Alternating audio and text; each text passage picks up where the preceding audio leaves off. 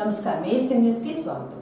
నేడు దేశవ్యాప్తంగా తిరుమల తిరుపతి దేవస్థానం లడ్డూ విషయం చర్చ జరుగుతుందని గత 7 నెలల క్రితం కూటమి ప్రభుత్వం ఎటువంటి సాక్ష్యాలు లేకుండా లడ్డూ ప్రసాదంపై గ్లోబల్ ప్రచారం చేశారని వైఎస్ఆర్సీపీ పార్టీ అద్దంకి నియోజకవర్గం ఇన్ఛార్జ్ అశోక్ కుమార్ విమర్శించారు.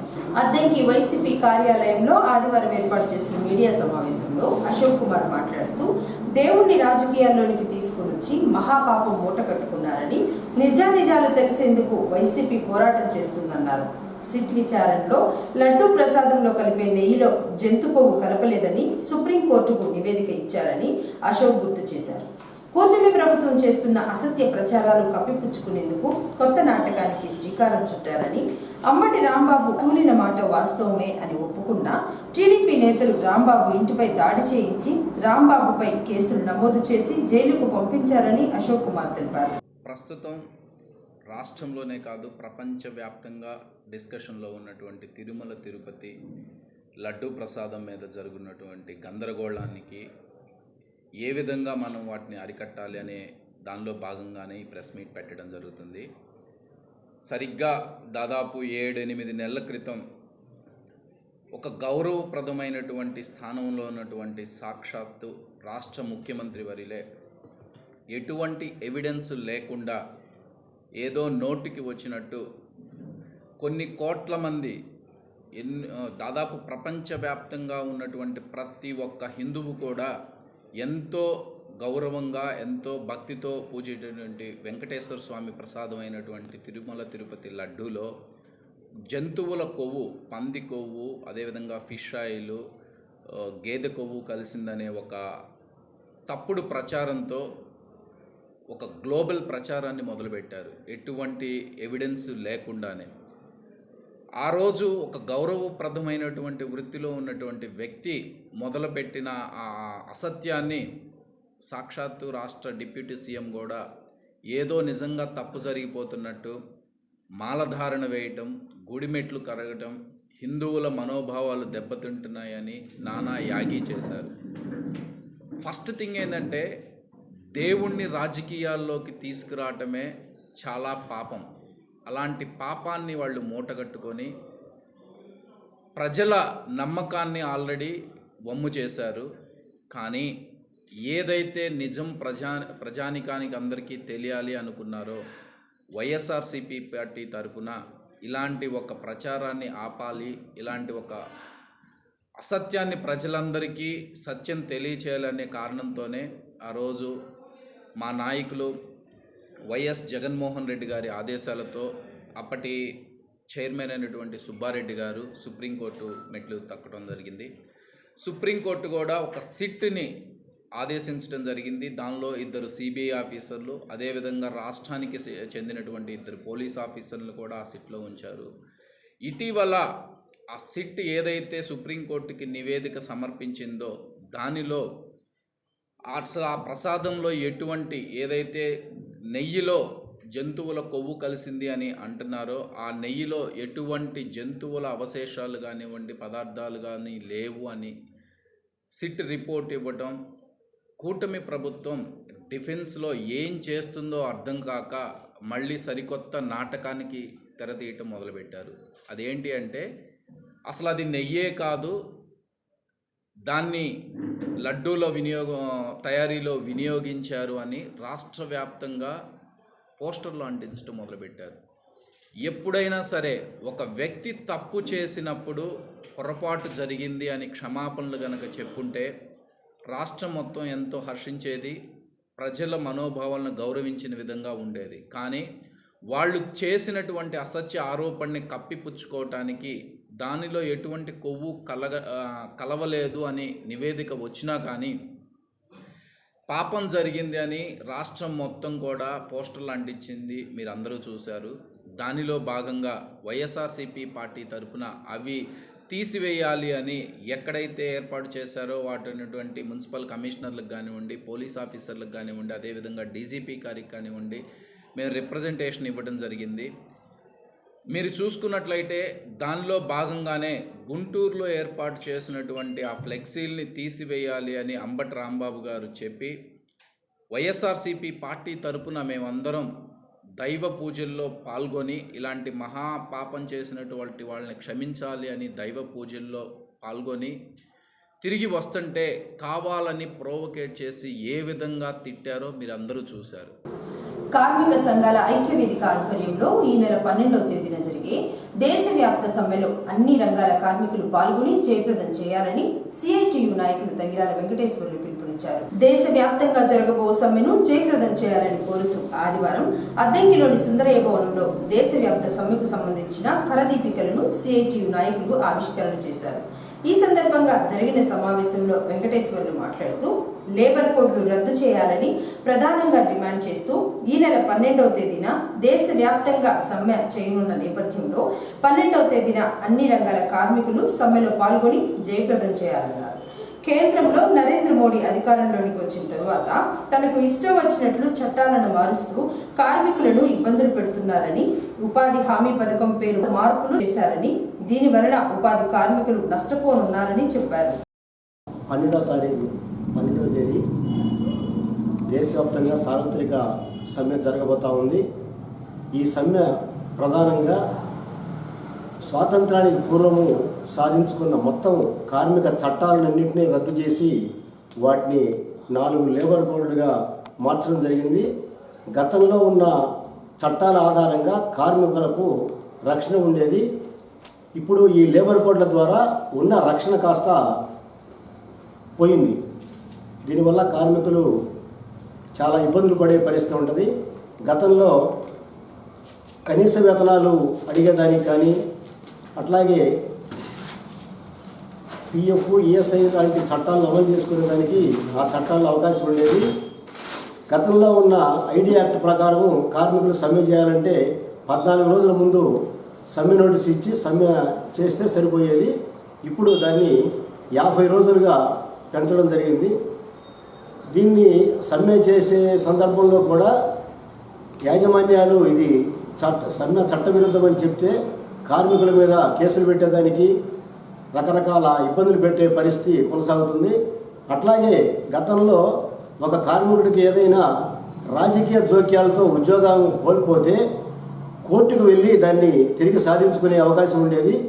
ఈ కార్మిక లేబర్ కోడ్ల ద్వారా ఆ ఉన్న అవకాశం కూడా పోయింది. అంటే ఉన్న హక్కులన్నీ రద్దయిపోయిన పరిస్థితి ఉంది. అట్లాగే గతంలో 8 గంటల పని విధానం అమల్లో ఉండేది. దాన్ని 12 గంటలకు మార్చిన పరిస్థితి ఉంది. ఇట్లాంటి సందర్భంలో మొత్తం కార్మిక వర్గం సమ్మె చేస్తూ ఉంది. ఈ సమ్మెలో ఆశా వర్కర్లు, అంగన్వాడీలు, అట్లాగే మున్సిపల్ కార్మికులు, బ్యాంకులు, ఎల్ఐసీలు, మిడ్ డే మీల్స్ కార్మికులు, అట్లాగే విఆర్ఏలు, 108, 104 ఈ కార్మికులు, అట్లాగే ఆర్టీసీకి సంబంధించిన కార్మికులు కూడా ఈ సమ్మెలో పాల్గొనాలనేసి సిఐటియుగా విజ్ఞప్తి చేస్తున్నాం. ఈ నెల 12వ తేదీ దేశవ్యాప్తంగా కార్మిక సంఘాల ఐక్య వేదిక ఆధ్వర్యంలో సార్వత్రిక సమ్మెని నిర్వహించడం జరుగుతుంది. ఈ సమ్మె ప్రధాన ఉద్దేశం లేబర్ కోడ్ బిల్లును రద్దు చేయాలని చెప్పేసి ప్రధాన డిమాండ్ తోటి ఈ సమ్మె నిర్వహించడం జరుగుతుంది.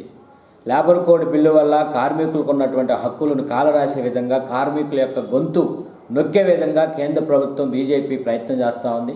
కేంద్ర ప్రభుత్వం చేసినటువంటి చట్టాలన్నింటినీ రాష్ట్రంలో ఉన్నటువంటి ప్రధాన పార్టీలు, కూటమి ప్రభుత్వం, ప్రతిపక్షం మొత్తం బలపరుస్తూ ఉన్నాయి. ఈ విధానాన్ని వ్యతిరేకంగా ఈరోజు ఈ కార్యక్రమాన్ని చేపట్టడం జరిగింది. రాష్ట్రంలోని కార్మిక వర్గం ఈరోజు వీధుల్లోకి వచ్చి పోట్లాడుతూ ఉన్నారు. కనీస వేతనం కోసం మాట్లాడుతూ ఉన్నారు. కనీసం చర్చలు కూడా జరపట్లేదు. కనీసం పిలిచి మాట్లాడినటువంటి పరిస్థితి కూడా రావట్లేదు. ఈరోజు నిత్యావసర వస్తువులు విపరీతంగా పెరిగిపోయి కార్మికులు ఈరోజు 3 పూటల కనీసమైనటువంటి తిండి లేక ఇబ్బందులు పడుతూ ఉన్నారు. కనీస వేతన చట్టం అమలు చేయమని చెప్పేసి అడుగుతూ ఉన్నారు. కానీ ఎక్కడ ఏమీ లేకుండా ఎంతో కొంత కార్మికులకి పోరాడి సాధించుకున్నటువంటి కార్మిక చట్టాలను ఈరోజు కార్మికులకి లేకుండా చేయటం అనేది ఇది జరుగుతూ ఉంది. ఇది దుర్మార్గమైనటువంటి వైఖరికి నిరసనగా ఈ కార్యక్రమం జరుగుతూ ఉంది. దీంతోపాటు ఈరోజు గ్రామీణ ప్రాంతంలో ఉన్నటువంటి పేదలకి, కూలీలకి ఆసరాగా ఉన్నటువంటి ఉపాధి హామీ చట్టం, దాన్ని కూడా ఈరోజు కార్మికులకు కూలీలకు లేకుండా జరుగుతూ ఉంది.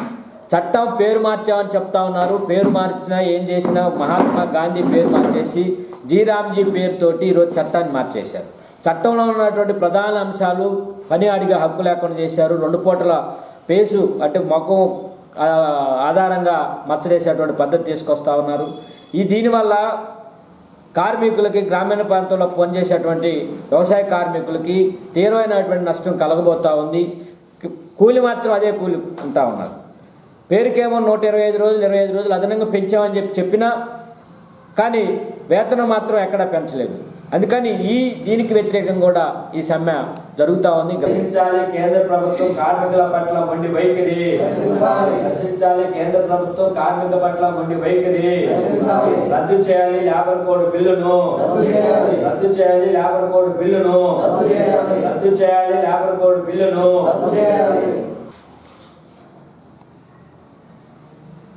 రద్దు చేయాలి లేబర్ కోడ్ బిల్లును, రద్దు చేయాలి లేబర్ కోడ్ బిల్లును.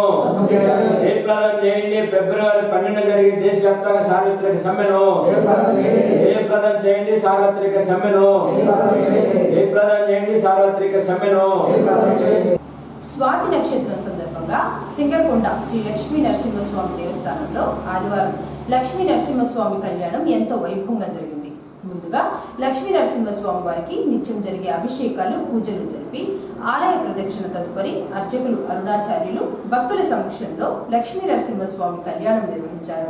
ఆలయ చైర్మన్ గుంజి శ్రీనివాసరావు, పాలక మండలి సభ్యులు స్వామివారిని దర్శించుకుని కళ్యాణం తిలకించారు. ఈ సందర్భంగా లక్ష్మీ నరసింహస్వామి కళ్యాణం గురించి అర్చకులు, అరుణాచార్యులు భక్తులకు వివరించారు.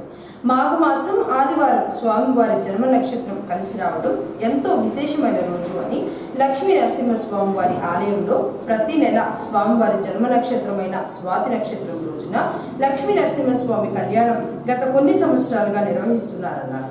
కళ్యాణంలో పాల్గొన్న వారికి వివాహం కాని వారికి వివాహం, సంతానం లేని వారికి సంతానం కలుగుతుందని అరుణాచార్యులు తెలియజేశారు. ఆలయంలో మనం ప్రతి మాసము జరుపుకుంటున్నట్లుగానే ఈ మాసము కూడా స్వాతి నక్షత్ర సందర్భముగా పురస్కరించుకొని స్వామివారికి కళ్యాణ మహోత్సవం మనం చేసుకోబోతూ ఉన్నాం. దాంట్లో భాగంగా విశేషమైనటువంటి యొక్క మాసాలలో వైశాఖ మాసం, అన్ని 12 మాసాలు కూడా ఒక్కొక్క మాసం ఒక్కొక్క ప్రత్యేకత.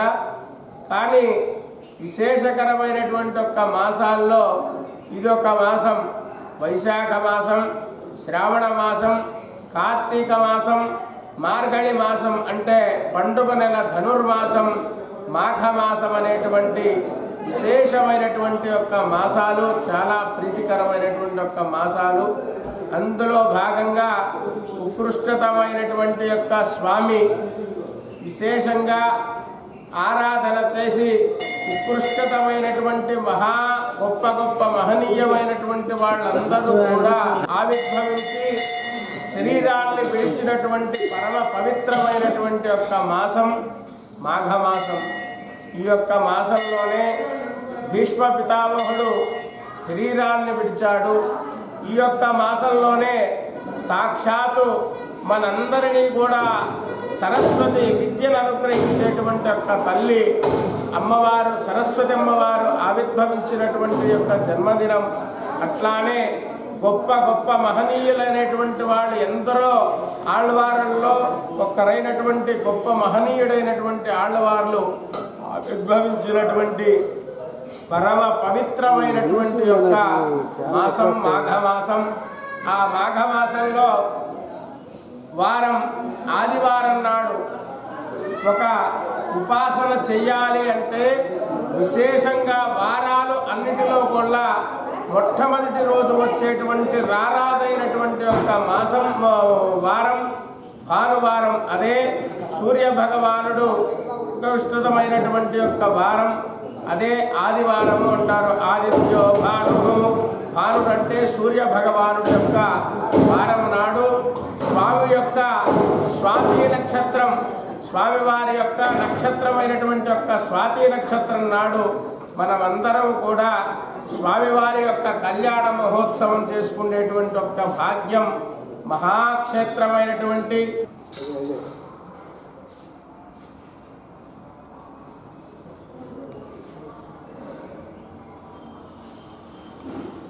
భూషా సహస్రోజ్వలం త్రిక్షం చక్రపినాకసాకభయం లక్ష్మీ నృసింహం భజే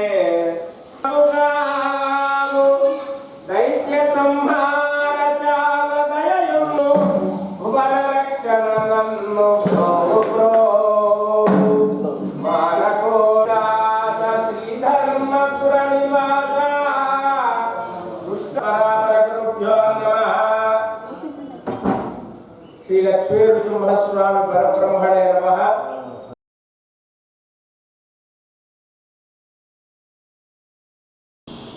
అద్దెంకిలోని చర్చి మీద జరిగిన దాడికి నిరసనగా శనివారం రాత్రి ప్రజా సంఘాల ఆధ్వర్యంలో పట్టణంలోని స్థానిక బంగ్లా రోడ్లో అంబేద్కర్ విగ్రహం వద్ద కొవ్వొత్తుల ర్యాలీని నిర్వహించారు. కార్యక్రమంలో ఐక్యవేదిక, మాల మహానాడు, ఎంఆర్పీఎస్, ఎంఈఎఫ్ ప్రజా సంఘ నాయకులు పాల్గొని మద్దతు తెలిపారు. ఈ సందర్భంగా వారు మాట్లాడుతూ అద్దెంకిలో ఎన్నడూ లేని విధంగా చర్చి మీద కొందరు దాడి చేసి చర్చిలో గోవులను కట్టేశారని, ప్రార్థనా మందిరంలో ఇలా చేసిన వారిని దేవుడు ఎన్నడూ వదిలిపెట్టారని, గతంలో తిరుమలలో ఎక్కడో రెస్టారెంట్ ఉందని గొడవ చేసి మరీ తీయించారని గుర్తు చేశారు. అద్దెంకి లాంటి ప్రశాంత నిలయంలో కొందరు కావాలని చర్చి మీద దాడి చేసి గందరగోళం సృష్టించారని, దాడికి పాల్పడిన వారి మీద పోలీసులు వెంటనే చర్యలు తీసుకోవాలని డిమాండ్ చేశారు. లేని పక్షంలో ఆందోళనలు తీవ్రంగా ఉంటాయని సంఘ నాయకులు హెచ్చరించారు. ధన్యవాదాలు.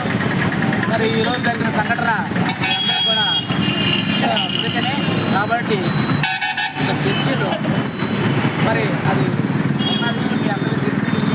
ఆ రోజు మరి ఫుల్ పేమెంట్ జరగడం కూడా జరిగింది.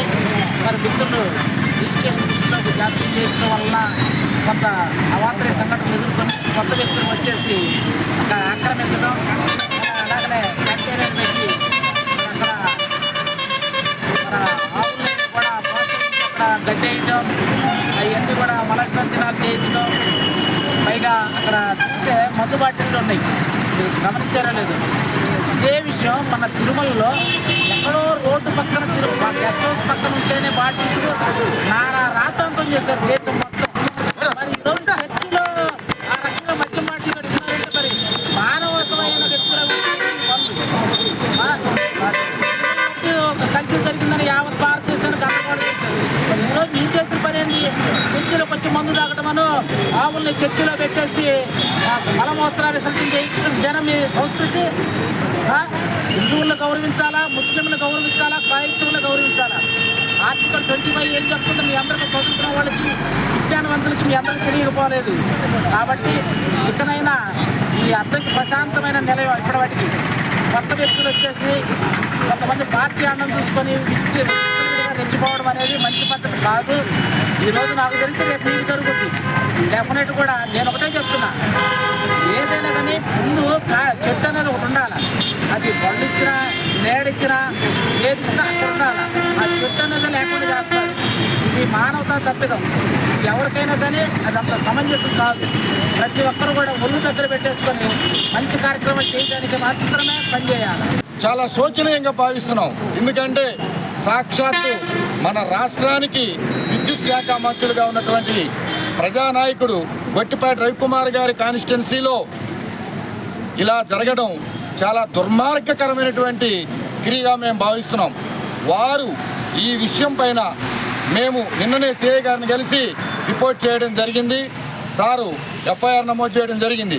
దీనిపై అతి త్వరితగతిన ఈ సమస్యను జటిలం కాకుండా వివిధ జిల్లాలో వివిధ ప్రాంతాల నుండి ఉండబడేటువంటి క్రైస్తవ సమాజం మొత్తం కూడా ఏకమయ్యి ఇది ఒక మత స్వేచ్ఛపై దాడిగా అని భావించడానికి ముందుగానే దీనిపైన గౌరవ మంత్రివర్యులు ప్రత్యేక చొరవ తీసుకొని ఈ విషయాన్ని అతి త్వరగా పరిష్కరింపజేసి ఆ చర్చిలో ఆ కంటైనర్ని ఇమ్మీడియట్గా తొలగించాలి.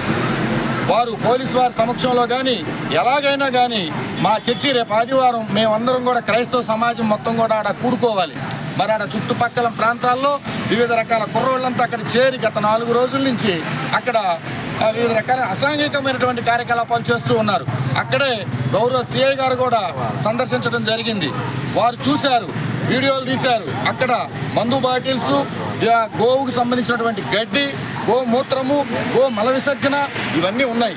ఇది ఎంత దుర్మార్గకరమైనటువంటి విషయమో సమాజం మొత్తం కూడా గమనిస్తూ ఉంది. ఈ పాత్రికేయ మిత్రుల ద్వారా, ఈ ప్రింట్ మీడియా ద్వారా ఈ విషయాన్ని మేము యావత్తు ప్రజానికానికి తెలియజేయదలుచుకున్నాం.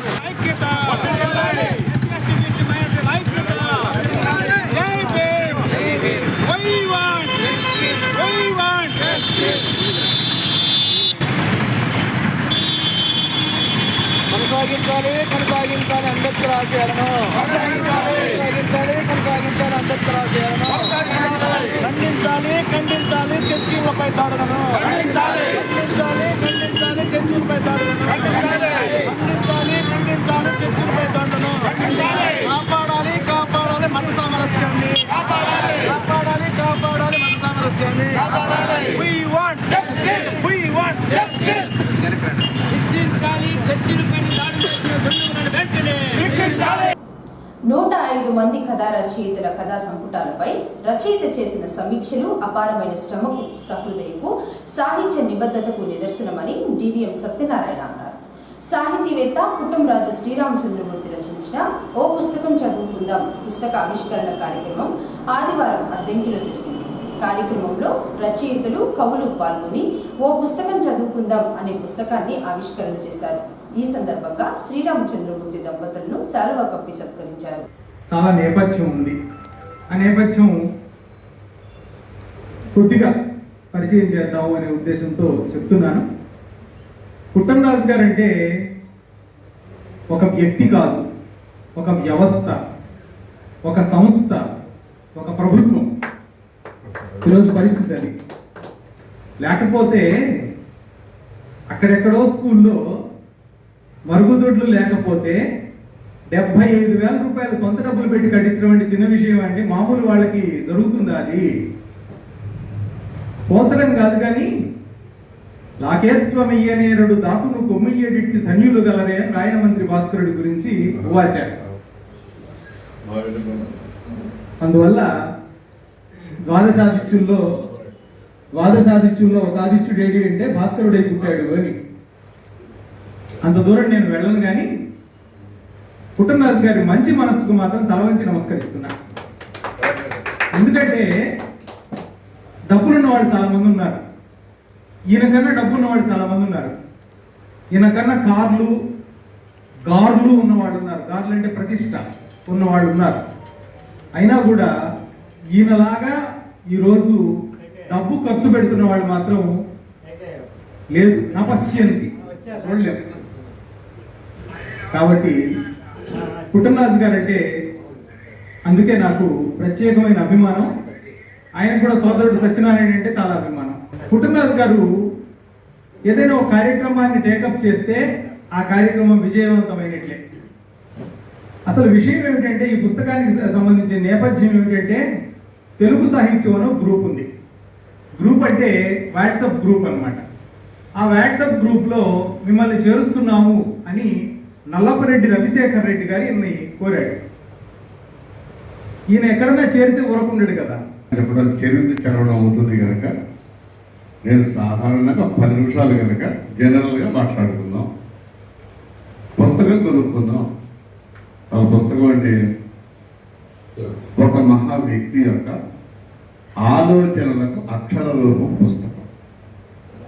మెదడులో వచ్చినటువంటి గొప్ప ఆలోచనలని అక్షరబద్ధం చేసి ముద్రించి భద్రపరిస్తే అది పుస్తకం. ఒక తరం నుండి మరో తరానికి అందించేటువంటి జ్ఞాన సాధనం పుస్తకం. ఈ రోజున మాధ్యమాల పుణ్యమాని రేడియో కానివ్వండి, టీవీ కానివ్వండి, కొంతమేరకు పుస్తక పఠన ఆసక్తిని తగ్గించినాయి. సెల్ ఫోన్ వచ్చిన తర్వాత ప్రపంచం అర్జెంట్లోకి వచ్చిందేమో కానీ పుస్తకం అడకెక్కింది. చదవడానికి ఇంట్రెస్ట్ ఎవరు చూపించటం. అందుకని పుస్తకం బాధపడింది, కన్నీరు పెట్టుకుంది. ఎందుకు? ముఖ పుస్తకాల ముచ్చట్లో పడి నా ముఖమైనా చూడరా అని బాధపడింది. నన్ను పలకరించేవారు లేరా అని అల్లాడుతూ ఉన్నది. అంతేకాదు మేధావుల యొక్క ఆలోచనలను తరతరాలకు పంచిపెట్టి నన్ను అనాదరణ చేస్తున్నారని గుణారెల్లుతోంది పుస్తకం. అందుకే పుస్తకం కన్నీరెట్టు. పలకరించేవాడు లేక పలకరించకపోతారా అన్న ఆశతో గదిలో అల్మారా గూడులో దాక్కుంది. ఇవాళ ఎటు చూసినా మాధ్యమాల పండుగే కానీ పుస్తకాల పండుగ లేదు. పుస్తకం చదవకపోతే పూర్వపు తరాల మీద మన దాకా అందదు.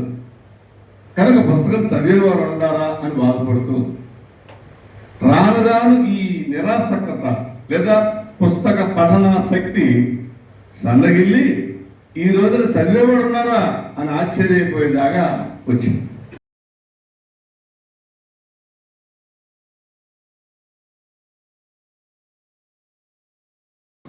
సింగరకొండ వద్ద ఉన్న హరిహర గోశాలకు రోటరీ క్లబ్ ఆఫ్ సింగరకొండ ఆధ్వర్యంలో ఆవుల మేత కోసం 14,000 రూపాయలు రోటరీ సౌజన్యంతో క్లబ్ తరపున సుబ్బారావుకు, పూర్ణచంద్రరావు, చుండూరి మురళి, సందిరెడ్డి శ్రీను తదితరులు కలిసి అందజేశారు. గోశాలలో 120 ఆవులు ఉన్నాయని, వాటి పోషణ భారం ఎక్కువైన నేపథ్యంలో అద్దెకి ప్రజలు వారి వంతు సహాయ సహకారాలు అందించి గోశాలను కాపాడాలని పూర్ణచంద్రరావు తెలియజేశారు. ఈనాడు కూడా మన ఈ హరిహర గోశాలకి 14,000 రూపాయలు ఇవ్వడం జరిగింది.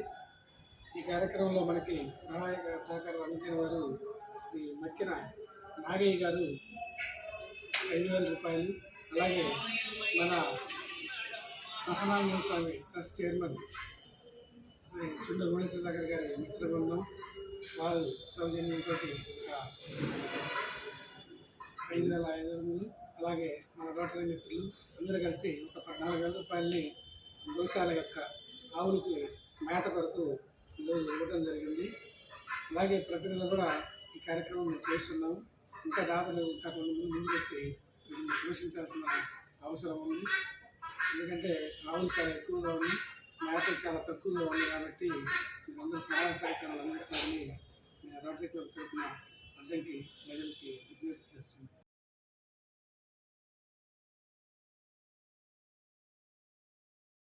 ఏసీ న్యూస్ ఇంతటితో సమాప్తం. నమస్కారం.